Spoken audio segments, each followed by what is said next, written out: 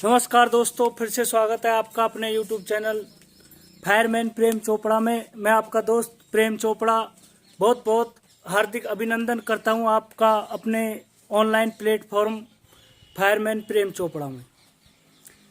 तो चलिए दोस्तों, जो पिछली वीडियो थी उसमें हमने बात की थी कि फायर का अर्थ क्या होता है, आग कैसे उत्पन्न होती है और आग को कितने प्रकार से उत्पन्न किया जा सकता है और उसके लिए मूलभूत जो तत्व होते हैं वो क्या क्या होते हैं। तो दोस्तों, अग्नि त्रिकोण ट्राई के बारे में हम बात कर चुके थे। आज हम बात करेंगे कि ट्राई को हम कितने प्रकार से तोड़ सकते हैं और कैसे कैसे इसको हम आग को बुझा सकते हैं। तो मैं ट्राई बना देता हूं।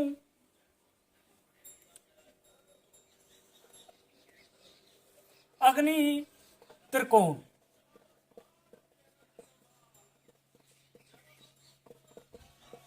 तो इसके लिए जो आवश्यक तत्व होते हैं वो होते हैं ईंधन, जो पदार्थ होता है, ताप जलाने के लिए जो उपयुक्त ताप चाहिए वो ताप कहलाता है, और जो प्राणवायु होती है वो ऑक्सीजन होती है। तो दोस्तों, इसको हम 3 प्रकार से बुझा सकते हैं आग को। इसी हिसाब से ट्राई के हिसाब से तो 3 प्रकार से बुझा सकते हैं, लेकिन एक चौथा मेथड होता है, वो होता है एक बीटिंग मेथड।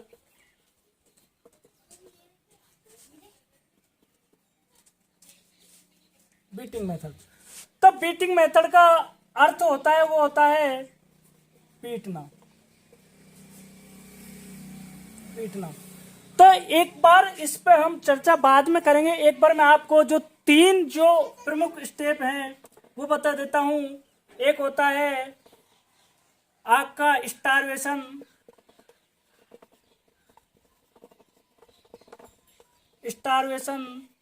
मेथड, और जो दूसरा मेथड होता है वो होता है स्टारवेशन हो गया।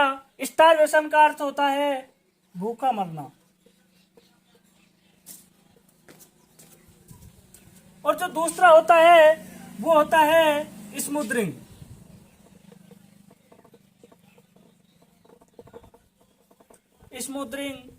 मेथड।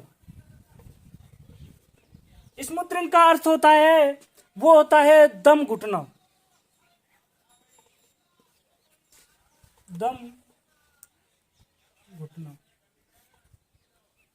और जो तीसरा जो मेथड होता है वो होता है कूलिंग।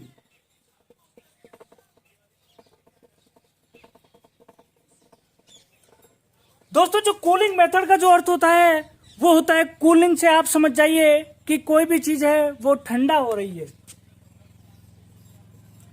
ठंडा। और जो चौथा होता है वो बीटिंग मेथड होता है। बीटिंग मेथड का अर्थ होता है पीटना, मतलब पीट कर।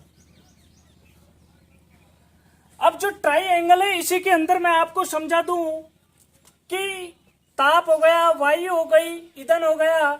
तो जो अग्नि त्रिकोण है उसको हम एक प्रकार से इसमें से एक या किन्हीं 2 तत्वों को हटाना पड़ता है, तब जाके आग बुझती है।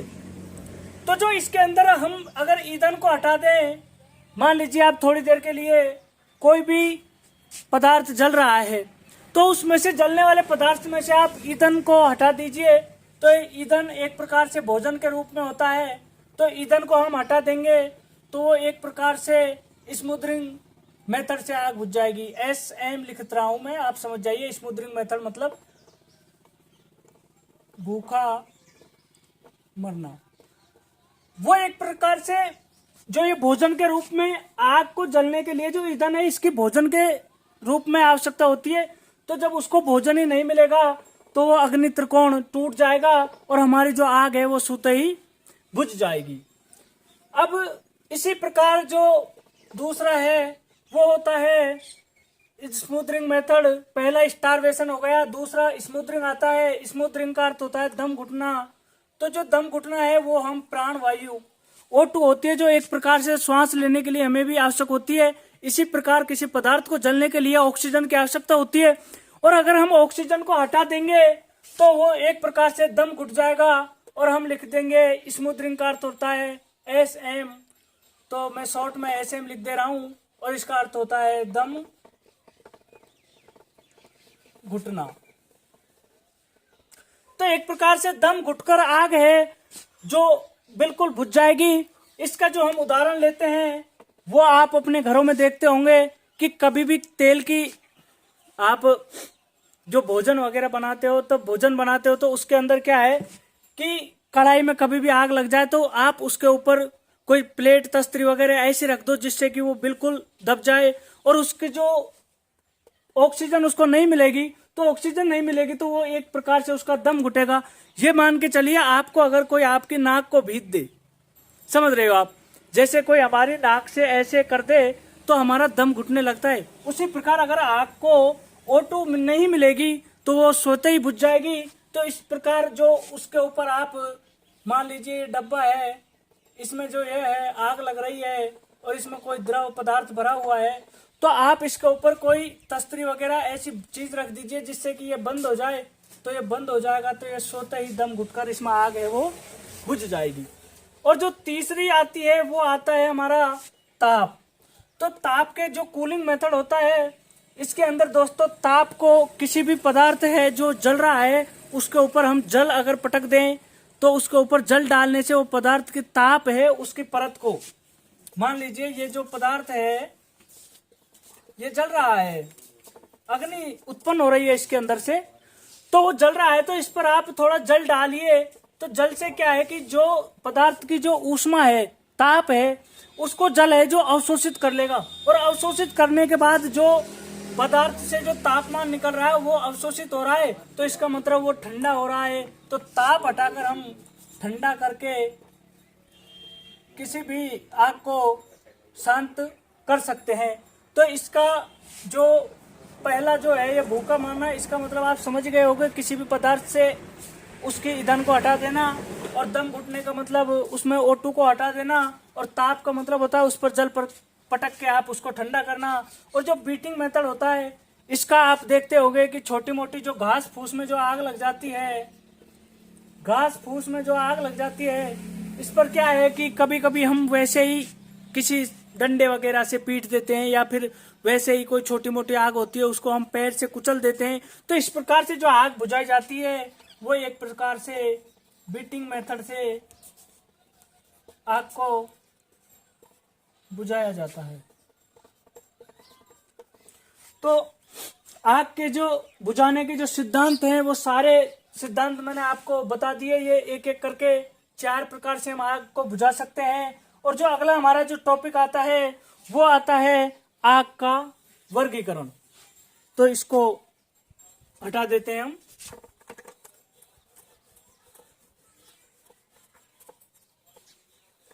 मैं आशा करता हूं आप लोगों को बहुत अच्छी तरह से समझ आ रहा होगा, और अगर आपको अच्छी तरह से समझ आ रहा है अच्छी तरीके से, तो एक बार चैनल को बिल्कुल वीडियो को लाइक कर दीजिए।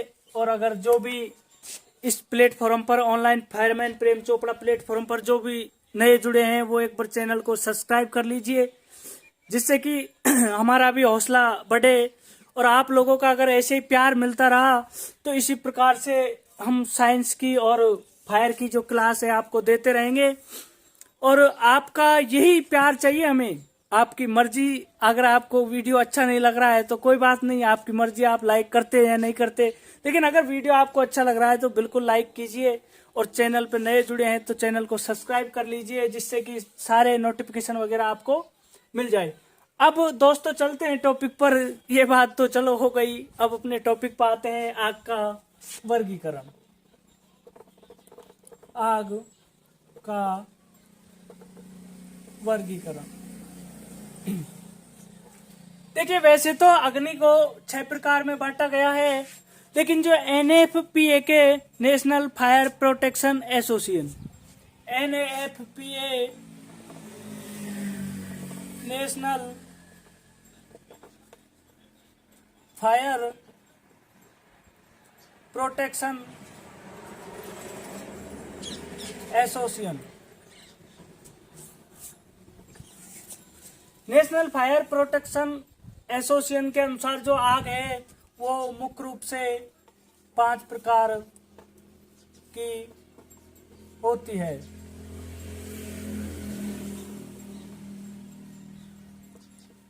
और जो इसके अंदर जो आग को बांटा गया है वो 5 प्रकार में बांटा गया है, वो मैं आपको बता दूं। ए क्लास फायर, दूसरा है बी क्लास, तीसरा है वो है सी क्लास, डैश कर दे रहा हूं आप समझ जाइए, सी क्लास। और जो चौथा है वो है डी क्लास, और जो पांचवा है वो ई कह दीजिए, या कहीं कहीं आपको के भी मिल जाएगा। तो इस प्रकार से, और कहीं कहीं आपको क्या है 6 प्रकार की मिल जाती है। एक के या जे इसी के अंदर आ जाता है, इसमें ई क्लास होती है तो इसके अंदर जे और के छठा मिल जाता है आपको। लेकिन जो मुख्य रूप से जो आग होती है वो 5 प्रकार की होती है। और ये आग जो अग्नि जो होती है वो किस किस में कैसे कैसे, वो मैं आपको बता रहा हूँ। कि जो ठोस पदार्थों की आग होती है उसको हम एक क्लास फायर के अंदर रखते हैं, और जो द्रव पदार्थों की जो आग होती है उसको हम बी क्लास, और जो गैसीय पदार्थों की जो आग होती है उसको हम सी क्लास के अंदर, और जो धातुओं की जो आग होती है उसको हम डी क्लास, और ई क्लास के अंदर हम किचन वगैरह की, या ई क्लास के अंदर कहीं बिजली की आग भी ले लेते हैं तो विद्युत की आग।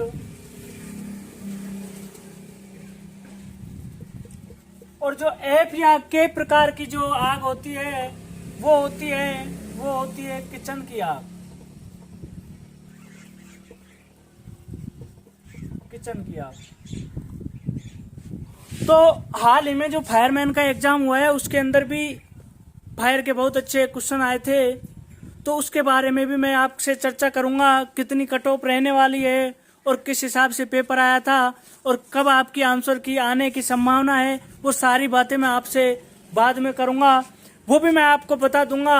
आपको एक कल क्लास के अंदर मैं बता दूंगा कि कितनी फायरमैन की कट ऑफ रहने वाली है, कैसा पेपर आया था और जो कब आंसर की आ रही है उसकी वो सारी जानकारी मैं आपको दे दूंगा।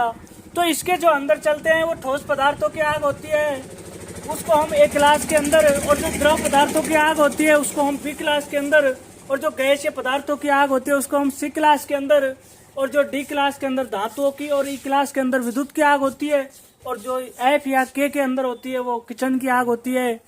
तो दोस्तों ठोस पदार्थों की आग के अंदर जो आते हैं वो आते हैं, जैसे मान लीजिए लकड़ी है, कोयला है, और बहुत से गत्ते वगैरह है, और मतलब आप समझ जाइए कि जो भी ठोस पदार्थ होगा उसकी जो आग होगी उसको हम एक क्लास फायर के अंदर रखेंगे। और जो द्रव पदार्थों के अंदर जो आग होती है वो होती है तेल है, जैसे पेट्रोल है, डीजल है, तारकोल है, ग्रीस है, और एक नेप्थिलीन भी होता है। और जो गैसीय पदार्थों के अंदर जो आग आती है वो जो गैसीय पदार्थ की जो आग है वो सी क्लास के अंदर आएगी। तो गैसीय पदार्थों की आग सी क्लास के अंदर आएगी, तो जो धातुओं की आग होती है वो डी क्लास के अंदर आएगी, और जो विद्युत की आग होती है वो ई क्लास के अंदर आएगी। तो जो गैसीय पदार्थों की जो आग होती है वो जैसे ऑक्सीजन वगैरह, इसकी जो आग होती है जो CO2, एक बात ध्यान रखिए आप, जो CO2 जो होती है ना वो एक प्रकार से CO2 जो होती है वो एक प्रकार से आप कहीं कहीं पे आपको कुछ ऐसी चीजें भी मिल जाती हैं जो ये एफ और के फायर किचन की आग जो होती है इसमें बुझाने के लिए कहीं कहीं क्या बता रखा है, कहीं क्या बता रखा है, ये अलग अलग जो मेथड है वो उसी हिसाब से बताते हैं। लेकिन जो गैसीय पदार्थों की आग होती है वो गैसीय पदार्थों में जो आग लग जाती है ना, गैस वगैरह होती है, यहाँ पे आप CNG वगैरह, इसका जो पेट्रोल पंप वगैरह होते हैं आजकल तो हर जगह खुलने लग गए हैं, वो उनमें जो आग होती है वो गैसीय पदार्थों के अंदर आती है। तो इसको बुझाने के लिए, गैसीय पदार्थों की आग को बुझाने के लिए हम केमिकल पाउडर का उपयोग करते हैं। और जो विद्युत की आग होती है, ये आप ट्रांसफार्मर वगैरह है, ट्रांसफार्मर या बिजली के जो भी उपकरण है, कंप्यूटर वगैरह है आदि में जो आग लग जाती है वो विद्युत की आग होती है। और जो किचन की आग होती है, ये आपकी जो किचन के काम में आने वाली ऑयल वगैरह है, इनके अंदर जो आग लग जाती है वो किचन के अंदर होती है। तो इसी तरह से आप क्लास को हम कंटिन्यू रखेंगे कुछ देर के लिए, और कुछ बेसिक जानकारी और देंगे हम आपको, वो लास्ट में बताया जाएगा आपको सभी को। तो इस प्रकार से हमारा जो आग का वर्गीकरण वो हो गया।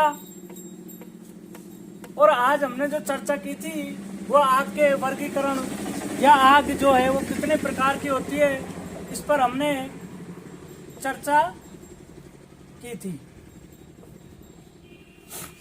तो ये आग का वर्गीकरण हो गया, कौन सी क्लास की आग, किस पदार्थ की आग किस में आती है, ये सारी बातें बता दी। अब इस पे जो एक दो क्वेश्चन बनते हैं वो मैं आपको बताऊं। जो पहला जो क्वेश्चन बनेगा वो बनेगा, किसी डब्बे में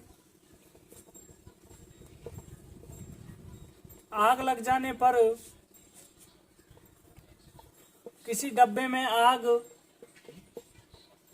लग जाने पर आप क्या करोगे? क्या करोगे? वह जो आग होगी वह आग को किस मेथड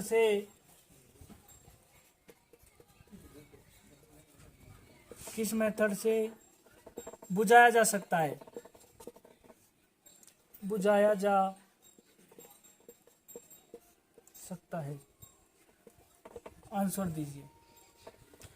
तो दोस्तों अभी आपने पढ़ा कि क्वेश्चन है किसी डब्बे में आग लग जाने पर आप क्या करोगे, वह आग को किस मेथड से बुझाया जा सकता है।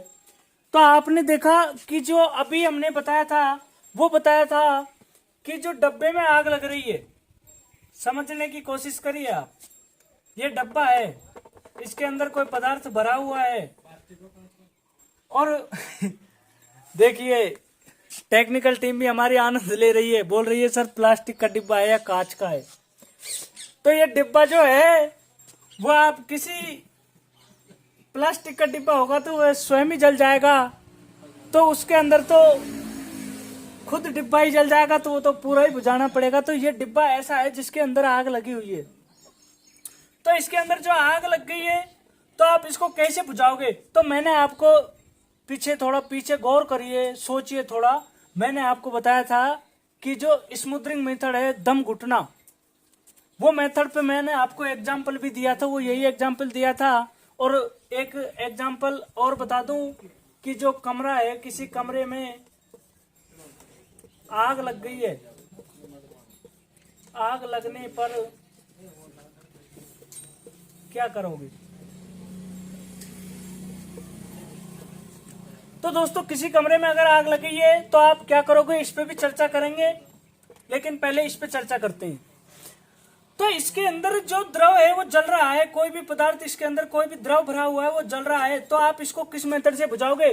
तो ये जल रहा है तो आप ये तो है नहीं कि इस पर पानी डाल दोगे, पानी नहीं डाल सकते, क्योंकि वो तेल भी हो सकता है। अगर तेल में आप पानी डालोगे तो वो ज्यादा जलेगा। तो इसके लिए आप क्या करोगे कि कोई ऐसा वस्तु या ऐसा कोई उपकरण लोगे जो इस पर आप ढक दोगे, इसको आप पूर्ण तरीके से बंद कर दोगे, तो ये पूर्ण रूप से बंद हो जाएगा।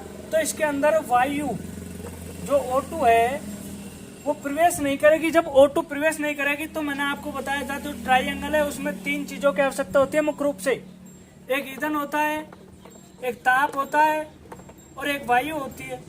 तो मान लीजिए ईंधन इसके अंदर है, ताप है, लेकिन इसको अगर वायु नहीं मिलेगी तो जो अग्नि त्रिकोण है वो टूट जाएगा। तो अग्नि त्रिकोण टूट जाएगा तो इस पे हम जो कोई भी चीज, कोई भी वस्तु इस पे हम ढक देंगे तो वो वस्तु से उसमें वायु अंदर नहीं जा पाएगी और वह अग्नि त्रिकोण टूट जाएगा और आग बुझ जाएगी। तो इसमें पूछा है आप क्या करोगे, तो आपका जवाब होगा कि हम उस पर ऐसी कोई वस्तु ढक देंगे जिससे कि उसमें वायु अंदर नहीं जा सके। और ये किस मेथड से आग बुझाई जा सकती है? तो जो ये होता है वो होता है दम घुटना। इसका मतलब स्मोदरिंग मेथड। तो दोस्तों स्मोदरिंग मेथड से आग को बुझाया जा सकता है। और अब हम बात करते हैं कमरे में आग लगने पर आप क्या करोगे। तो कमरे में अगर आग लग गई है तो ये तो है नहीं कि कमरे में आपको मान लीजिए आप वहां पर जल उपलब्ध नहीं है, तो जब तक आप जल उपलब्ध नहीं है तब तक आप क्या करोगे? तो आप उसके अंदर बाहर निकल के कमरे को पूर्ण रूप से खिड़की दरवाजे को बंद कर दोगे, जिससे कि क्या है उसके अंदर हवा नहीं जा पाएगी और वो आग है वो स्वतः ही बुझ जाएगी। तो इसी हिसाब से हम इसको बुझा सकते हैं। और आज बस हम इतना ही पढ़ेंगे और जो आगे है वो इस चैप्टर की अगली भूमिका की आग है वो कितने प्रकार से फैलती है, आग कैसे कैसे फैलती है और वर्गीकरण हमने पढ़ ही लिया, और आग को कैसे बुझाया जा सकता है और एक वस्तु से दूसरी वस्तु में किस प्रकार से आग जाती है। तो इन सारी चीज़ों के बारे में हम आगे डिटेल से पढ़ेंगे। तो इसी के साथ में आज हम यहीं पे समाप्त करते हैं। तब तक आप हंसते रहिए, मुस्कुराते रहिए और तब तक मत रुकिए जब तक आपके लक्ष्य की प्राप्ति ना हो जाए। नमस्कार।